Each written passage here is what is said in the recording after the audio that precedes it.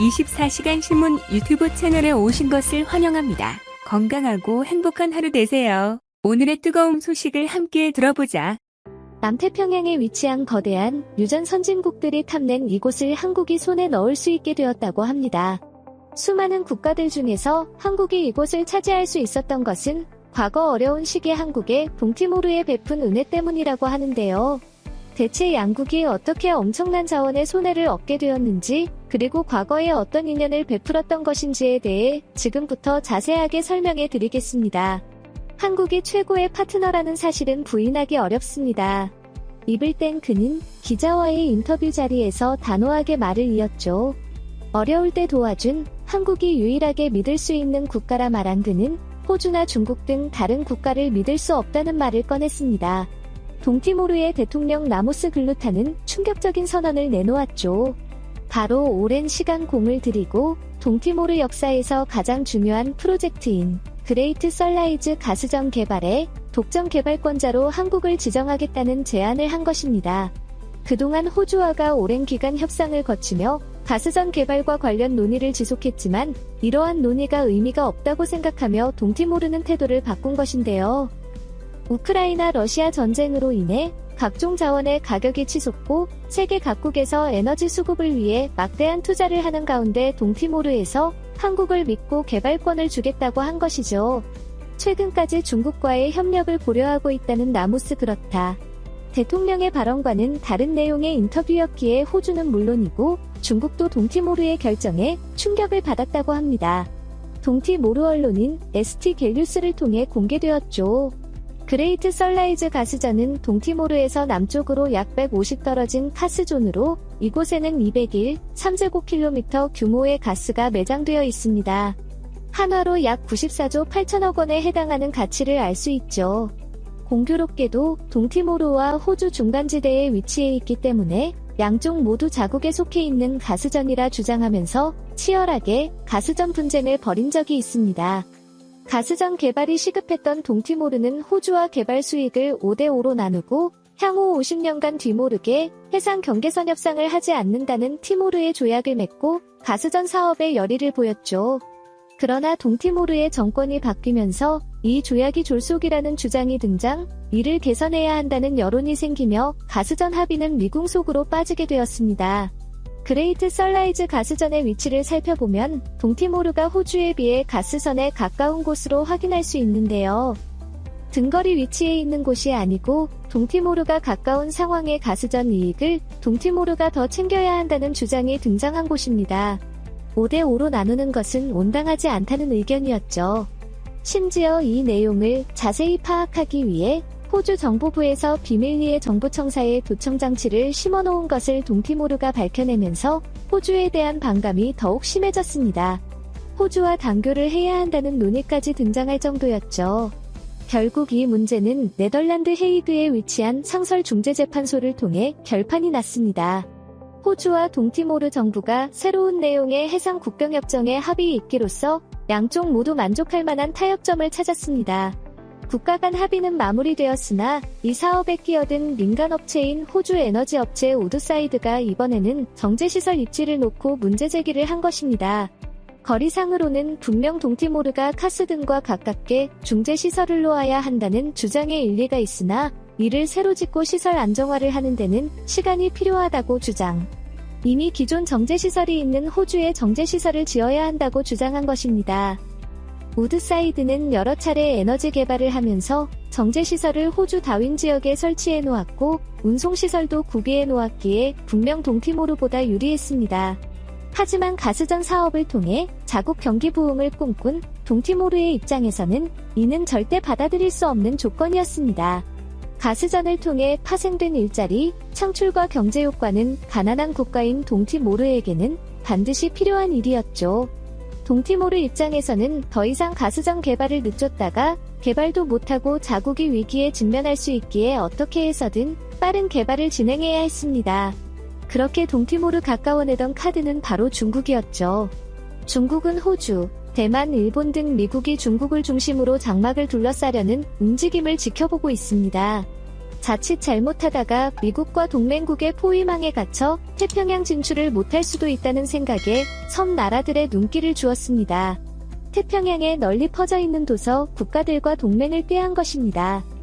도서국들은 유엔 회의에서 한 표를 행사할 수 있는 엄연한 독립국도요. 그리고 태평양 도처에 자신의 영토를 두고 있기 때문에 포위망에서 벗어날 수 있는 틈을 제공합니다. 사업기이 역시 중국은 재빠르게 눈치채고 차이나 머니를 풀었죠. 그 결과 솔로몬 제도가 중국과 손을 잡는 모습을 보였습니다. 그동안 미국에게 도움을 줄기차게 요청했던 태평양 국가들은 중국의 차이나 머니를 거부하기 어려웠죠. 다른 국가들 역시 비슷한 반응을 보였고 동티모르 역시 중국의 제안을 받는 것을 고려할 수 있게 되었습니다. 호주만을 계속 붙잡고 사업을 추진할 필요가 없어진 셈이죠. 동티모르 쪽에 가까운 가스전을 중국 돈을 받아 일찍 개발한다면 급한 불을 끌 수 있었기에 동티모르는 중국 석유공사와 회의를 가지며 가스전 개발 파트너로 다른 국가들을 검토하기 시작합니다. 영국 매체 더 타임스와 인터뷰를 한 라모스 그렇다. 대통령은 호주의 잘못이 크다고 말하며 중국과 손을 잡는 것은 도서국 입장에서 잘못이 아니라는 언급을 할 정도였습니다. 왕이 외교부장의 태평양 순회 방문 때도 동티모르는 왕이 부장을 반갑게 환영하며 귀빈으로 모시는 등 중국은 중요한 국가로 부상하게 되었죠. 위기감을 느낀 호주는 차이나 머니의 함정에 빠진 스리랑카의 사례를 언급하며 중국의 도체 동티모르가 넘어갈 수 있다는 사실을 언급했는데요. 실제로 중국 돈을 차관으로 들여 대규모 사업을 벌인 스리랑카는 현재 파산 직전이고 IMF 구제금융을 기다리는 처지입니다. 나라 전체가 혼란에 빠지고 대통령은 국외로 도망치기까지 했습니다. 동티모르도 이 사실을 모르는 것은 아니었는데요. 중국이 노골적으로 동티모르 주변 섬 지역을 가르치며 중국 함선이 이용할 수 있는 항구를 짓자는 제안에 난색을 표하면 곤란에 빠지기도 했죠. 그렇다고 다시 호주와 손을 잡고 사업을 추진하자니 길고 긴 협상을 또다시 거쳐야 하는 문제가 기다리고 있었습니다. 그런데 라모스 오 대통령이 뜻밖의 생각을 하게 됩니다. 바로 한국에게 독점개발권을 부여해 사업에 참여하도록 한 것이죠. 사실 동티모르가 한국을 떠오른 것은 이상한 일이 아닙니다. 동티모르는 한국과 인연이 매우 깊은 나라로 오래전부터 한국의 도움을 받았고 이 은혜를 잊지 않겠다고 한 나라죠. 1995년 인도네시아로부터 독립할 당시 동티모르는 친인도네시아민 병대가 유혈 사태를 일으키는 등 불안한 상황이었습니다. 한국 정부는 유엔의 요청을 받아들여 상록수 부대를 평화유지군으로 바꾸 동티모르와 인연을 맺었습니다. 가장 어려운 시기 이들에게 처장은 상록수 부대는 동티모르인들에게 잊을 수 없는 블루 엔젤이 되었는데요. 푸른 모자를 쓰는 유엔 평화유지군의 가르침. 별명이 바로 블루 엔젤입니다. 한국인들은 이들 동티모르인들에게 헌신을 보여줬죠. 맺은 마을까지 의료 서비스는 물론이고 위생교육과 유발 등 당시에 동티모르 주민들이 누리기 힘든 서비스를 상록수 부대는 제공했습니다. 농기구 정비를 비롯해 구호품 전달 등 다양한 임무를 수행한 상록수 부대는 현지에서 놀라운 지지를 받게 됩니다. 오지에 가까웠던 동티모르를 위해 상록수 부대는 한글과 현지어로 지명을 표기하는 도로 표지판을 세워주는 한편 극경사와 낙석 지역에도 경고 표지판을 만들어 주민들을 위했습니다. 문화생활을 즐길 수 없었던 주민들을 위해 영화도 들어주며 동티모르인들의 삶 속에 상록수 부대는 깊은 인상을 남기죠. 이들과 있었던 시간은 상록수 부대에게도 의미 있는 시간이었고 이러한 상록수 부대와 동티모르의 우정은 유엔에서도 이례적인 일이었습니다. 4년에 가까운 시간 동안 헌신을 보여준 상록수 부대로 향해 동티모르인들은 말라위 무신이란 별명을 붙여주며 고마운 마음을 전했죠. 동티모르 대통령들도 한국에 대해 감사의 인사를 꼭 전하며 한국이 동티모르에 기여하여 준 일을 잊지 않는다는 말을 남길 정도인데요.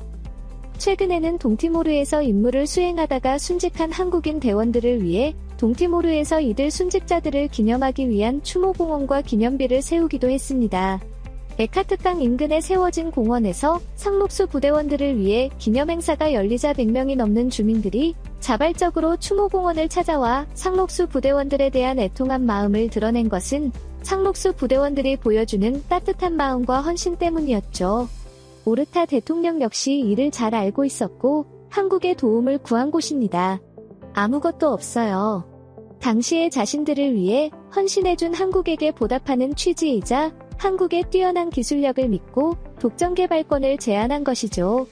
이미 한국 기업인 SKENS가 동티모르 바위 군단 천연가스 생산 설비를 이용해 CCS 사업을 하는 것을 동티모르는 지원한 적이 있었는데요.